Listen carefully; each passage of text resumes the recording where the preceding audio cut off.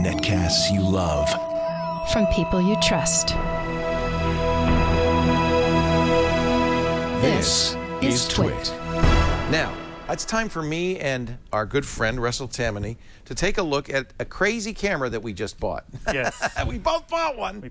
You first, right? Well, we sort of, these cameras are very similar. So let's set you up with what we started with, because exactly. you use a Canon I have a 1DX. 1DX, which is I've reviewed that as well. A very popular camera that I use, very popular with pros. This is the 5D. This is a Mark II, but they're all about the same size. Right. We're talking big, heavy cameras, big, heavy lenses. And the reason people go out and buy these cameras is the sensor. It's what they call a full-frame sensor, essentially the size of a 35mm right. piece So of film. you get a full large sensor, but the downside is that then, you've got a huge tank, and the 1DX is even larger. Right. And so I had the NEX7, which I also reviewed for Before You Buy.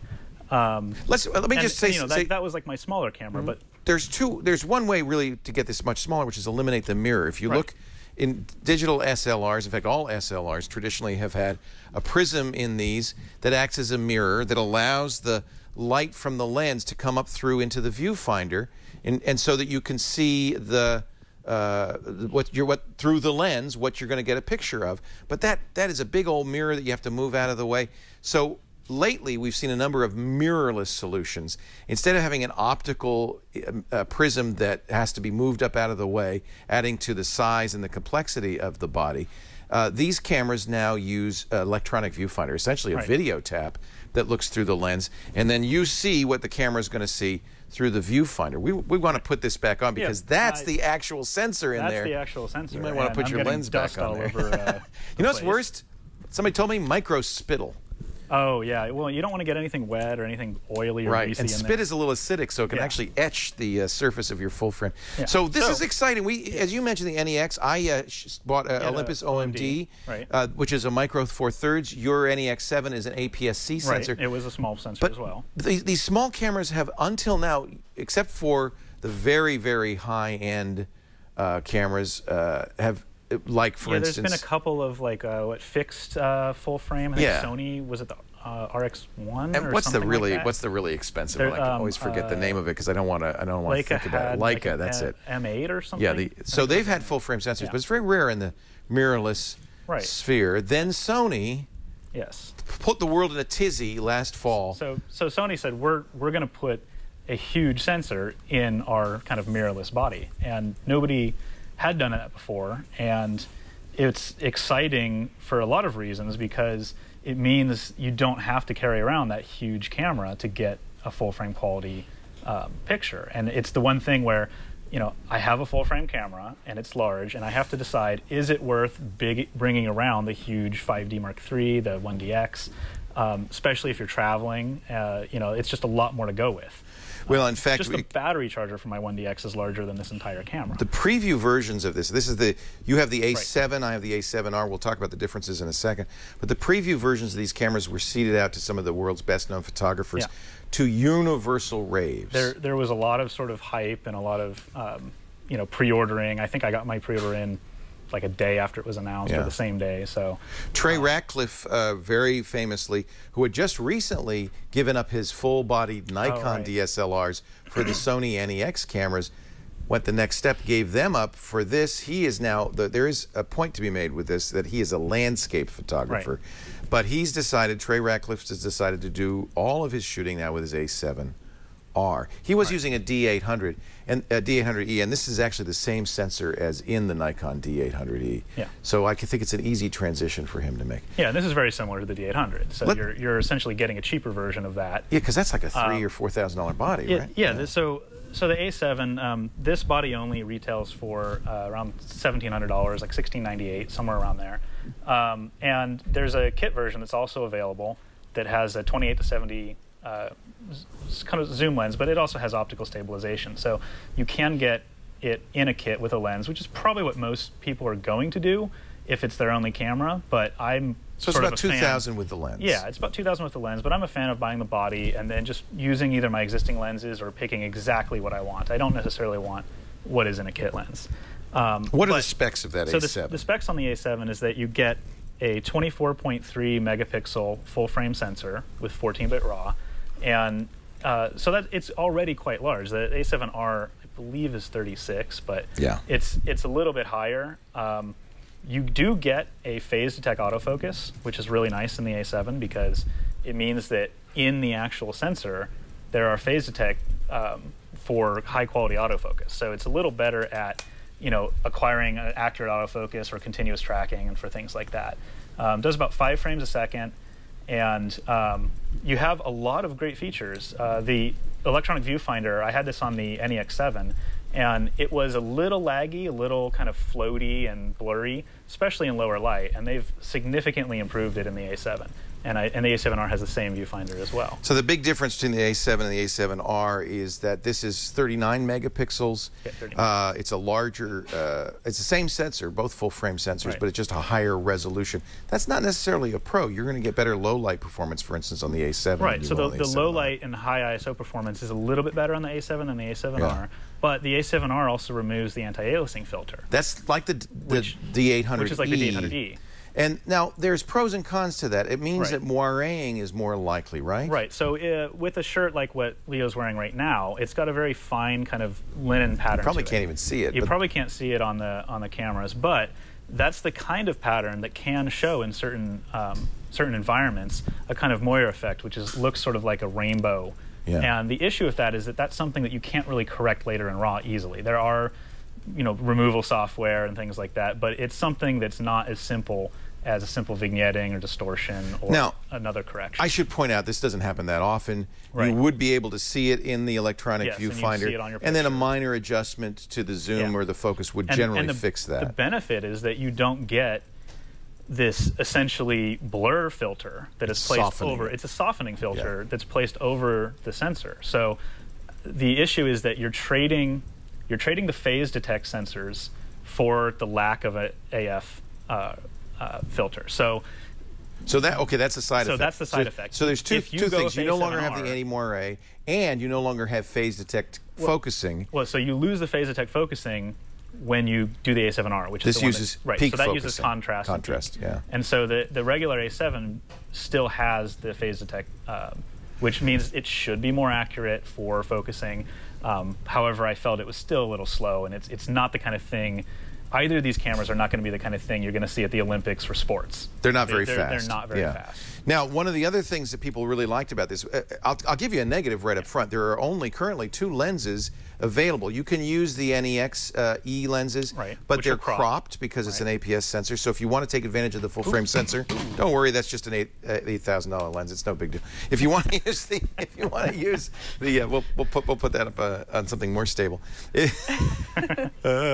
If you want to use other third-party lenses, you can use an adapter. There are a number of companies that make these. This is a MetaBones adapter, about $400 adapter. Which I have the same adapter. It allows, so that I can use my camera. and they make this for a variety of lenses. I'm using here. These are the same lenses I use with my Canon 5D Mark II. These are the good Canon L lenses with the adapter. What's nice about the MetaBones adapter, unlike some of them, is that all the electronics still work. Yes. So you'll autofocus, keep everything. autofocus, But what's not so aperture. nice is it really slow. Yes. So slow that you almost always end up using manual focus. Right. And now that is one of the things that these cameras are very good at is manual focus. They have one feature is an auto zoom on the EVF that lets you see very closely. Right. You don't have peaking in yours, No, do these you? do peaking They as do, well. okay. That's the other thing. I mean, you would think, if this was a Canon would limit the features and firmware of what is in the A7 compared to the A7R, because it's just sort of what they do when you look at the different lineups of Canon. That does everything This that does the R everything does. that the R does. So So peaking is nice. The peaking. It'll show you where it's focused, and it'll light up where Right. it's So peak what it focused. does is, if you haven't seen it before, is it highlights high contrast edges. So it's sort of like running a edge detection and a contrast detection, and it will along the trim. So like you would see if you were looking at me through this sort of peaking filter as you were manually focusing forward and back, you would see that the most in focus is going to have little peaking along all the contrast cool. areas. You'll have little like ridges of the color that you choose, and you can choose white, red, or yellow. The point being, and I don't want to get too much into the weeds on the pros and cons. I think we should start talking about how we use it. But the point being, manual focus is actually a relatively easy thing to do in here. And I've gone from using autofocus all the time on the back button AF on my 1D and my 5Ds to, for the last couple trips I took the A7 on, 99% manual focus. Not so great on horse races or lacrosse tournaments. But for what I was doing, it was actually really nice. And that's my point. In the way. One of the reasons a person like Trey Ratcliffe really likes this camera is he's doing landscapes. Yeah. And if you're using a tripod and you don't have to, if you're not shooting birds in flight, you don't have to, the autofocus is a little slow even on using the actual Sony lenses, native lenses, the native lenses, the so-called FE lenses, full frame E lenses. So I guess the point I would make is there's only 2 native lenses now. They're good. This is probably the best of them. This is a 55mm 1.8. There's also a, what is it, a 30? There's a 35. 28. I want to say a 28 1.8. There's a 28 35 zoom, and then anyways. There's a couple that's available now. There's 12 in the roadmap, and there's 2 or 3 that are coming out in the next couple months. The roadmap going to the end of next year. Roadmap but goes they to are the promising end of a lot year, of lenses. I've got a lens on. Here's the first thing I would say is, while a lot of people, including Trey, talk about using adapters and using their beautiful Leica lenses on this thing, be aware that you're probably going to be doing manual focus. It's going to be, like you do with a Leica, it's going to be a little bit finicky, a little bit fussy. And it's for somebody who's willing to take the time. I've decided it's just too much work for me. I'm going to use the stock lens on this one. If you see side by side, it also has significantly you have the bulk. Metabose adapter on it. Yeah. It has to push, essentially the lens out. Right, so you end up with this huge lens, and what's happening is that you can't simply mount a lens that was designed for a system with a mirror box directly to a mirrorless camera. And that's why you have to stage it out, because you would lose your infinity focus. So if you were able to somehow tape the lens directly onto the camera, you would not have the ability to focus infinity Having said that, so the combination of the Zeiss lens is a very good, this 55mm is the one I'd recommend, with this body makes a very compact, very nice shooter. I mean, the full frame, really, you notice it. It's very good. But it's finicky. I've seen. Well, they went with they went with this retro design, right? So I like the design. I don't mind all the dials. It went a little retro, and they decided they did some good things. Like they got rid of the NEX7 kind of consumer menu, and they went to a more professional menu system that would be what you find on the regular Sony Alphas. It's very similar to Nikon and Canon menus, but they made some decisions with the body and handling where, the shutter button is right on top of the on-off switch, and it's in a very traditional location if you're on a film like an F series Nikon film camera. However, it's always a little awkward. You hold the camera now and you want in your grip, that's where your shutter is, but instead it's up here. You have to reach around and sort of change the placement from what's natural. There have been some legitimate little dials, and there have been some legitimate complaints about the ergonomics. Some of the buttons are hard to reach. And the electronic viewfinder, as good as it is, has an automatic sensor that decides you want to look through the viewfinder. You want to look at the screen on the back. When you put your eye up to it, the default would be, of course, the LCD, and it's a very good high-resolution LCD. But then when I put my eye up to the sensor, it will switch to the sensor. And you have a hard time. You find that if you turn that around and you're going to accidentally the camera. Anytime we have studio lights, so it's a little harder. But I'm doing it just with my finger. Yeah, you can just sort of cover it. And so what happens is, if you're trying to shoot low, like if you've got the tilt LCD. I like that too. And so if you're trying to shoot low, if you're trying to shoot in and tight and do some work like this, it'll keep blinking off, especially in dark conditions. And there's no manual button? There is a manual button, but it takes you to the menu, which then forces you to scroll through the menu to select between auto and, But it's that sort of Sony thing where everything is buried in the menu settings. And so you can set it up, but there's a lot to be said, and I don't want to, we could spend an hour on this. Yeah, so photo stuff, it all really works exactly as you expect. It takes fantastic raw photos.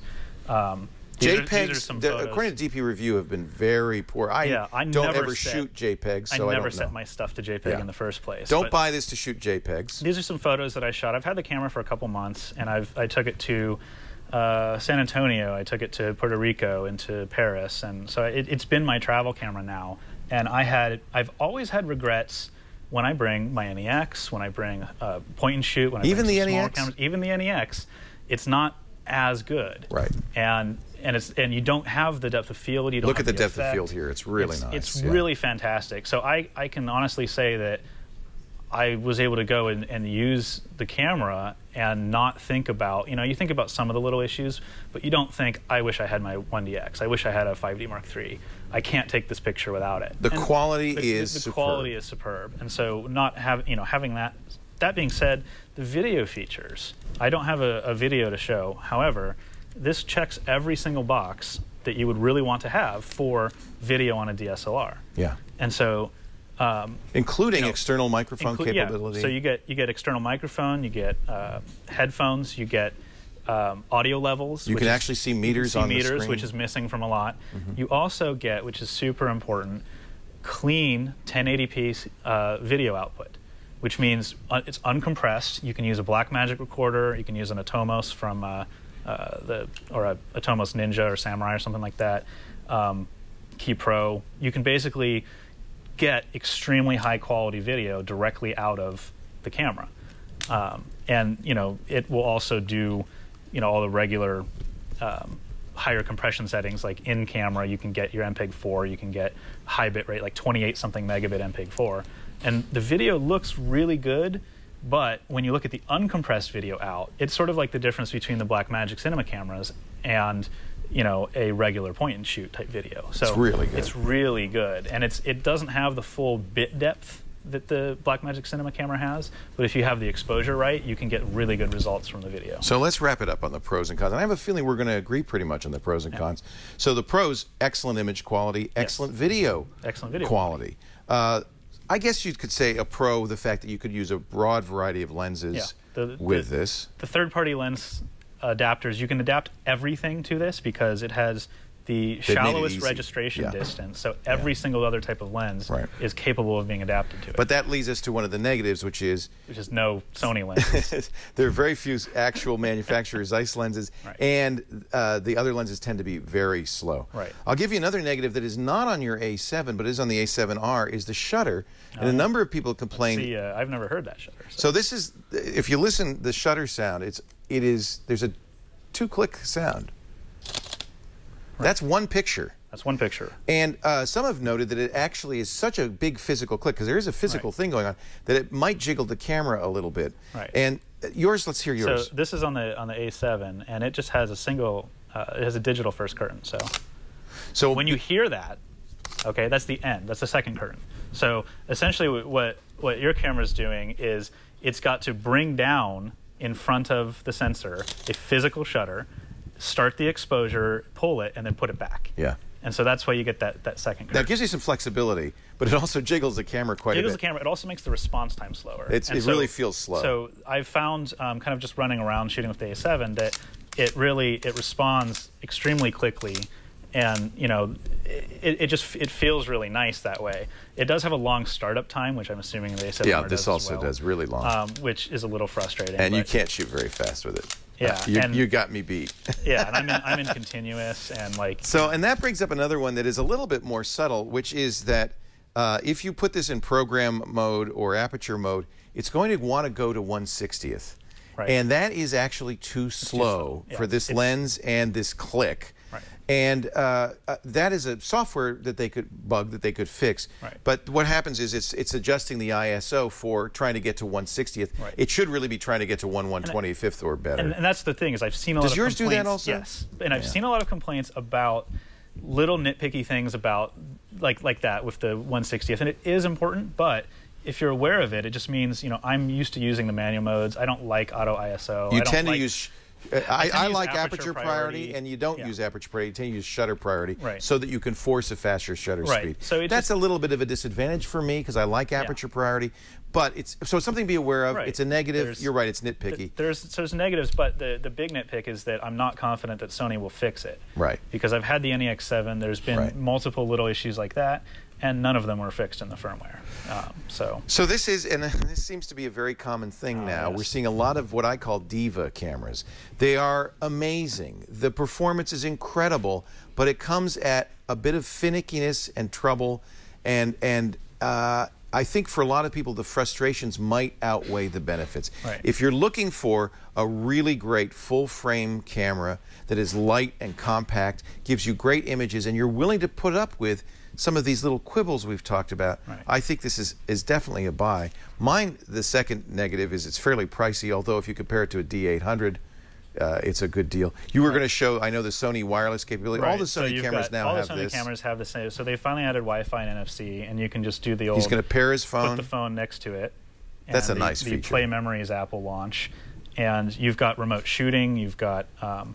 so you could trigger the camera from the phone? You can trigger the camera from the phone. You can copy pictures to the camera? Yes, and you get a preview every time you take it. So if it's set up on a tripod, you can, get it. And the other wild thing is, because there's Wi-Fi, I can join our Wi-Fi network, and without leaving the camera, share to Flickr and Facebook. Right, so you get a live view of what the camera sees. That's kind of great. But I don't even need to do that. I can actually from the camera. Yeah. It also has apps. The App Store isn't huge yet. There's a time-lapse app that's good, but it's $10. So I don't know. Are you going to give it a try, a buy, a don't buy? So I'm going to give it a buy. However, I'm still a little hesitant to recommend it if this is like your only camera or your first camera. And the reason is that you really have a lot more flexibility. If you can deal with the slightly larger body size and the actual mirror box, you were probably better off with a D800, D600, or Canon 5D Mark III, or something like that. And the traditional lens lineup, you have a lot more flexibility if it's going to be your only camera, and you should know how amazing it is to use a optical viewfinder. Right. But all that said, this is the best mirrorless camera I have used, and I've been very happy with it, and have no regrets taking it on any trips or missing full frame cameras. So it's a buy. With those kind of, you want to wait for the lenses. Sony's got a 24-70 f4 OSS Zeiss lens. It's going to be fantastic. A couple other lenses will be great, but they're not out now. And you know how it is. You wait 6 months, 8 months, maybe there'll be a A7R Mark II. So yeah, that's why I'm going to say it's a little early. I'm going to say don't buy the A7R. You'd be better off with a D800 if you want D800E if you want no anti-aliasing, a 5D Mark II if you really want a fast through the lens camera. This is a really interesting camera. Still get the weather sealing on these, so it's weather sealed. I've got this thing really wet in a waterfall. We could go back and forth. I think you've heard enough though to know whether it's right for you. Yeah. A don't buy from me, a buy from Russell. We really agree more than that would tell you. I just think that you should probably wait for the next generation. And I have to say that if you look between the A7R and the A7, that the A7 is a stronger buy for the price. That's probably true. And for the almost similar quality that you get. That's right. As well. I'd agree with you. Yep.